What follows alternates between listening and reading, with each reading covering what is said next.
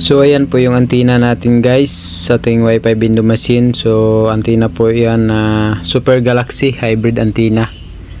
So ayan, dito po yung Wi-Fi window machine natin, no.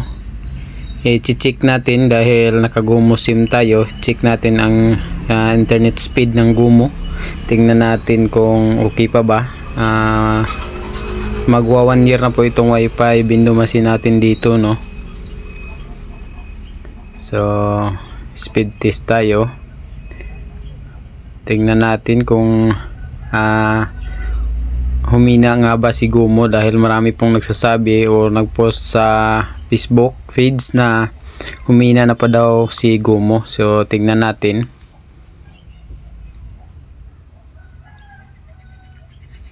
So yung modem ko pala dito ay B315936, no. So sa Mindanao area po kami. Iwan ko lang sa ibang lugar kung nawala na ba yung signal ni GUMO or humina. So try natin dito. Speed test tayo. Ayan.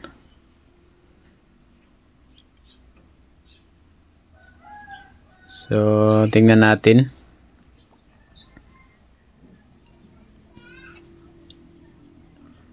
So ayan guys, no. So malakas pa rin si GUMO sa area namin. Kahit po na 5 Mbps lang po yung data capping po kasi si GUMO, pero dito sa area namin umabot po siya ng 19.1 yung download. Tsaka ang upload niya ay pumapalo po ng 17. Ayan, 17.9 Mbps. So malakas pa rin si GUMO sa area namin guys.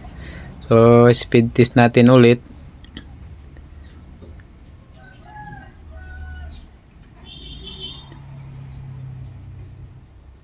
So ayan, no.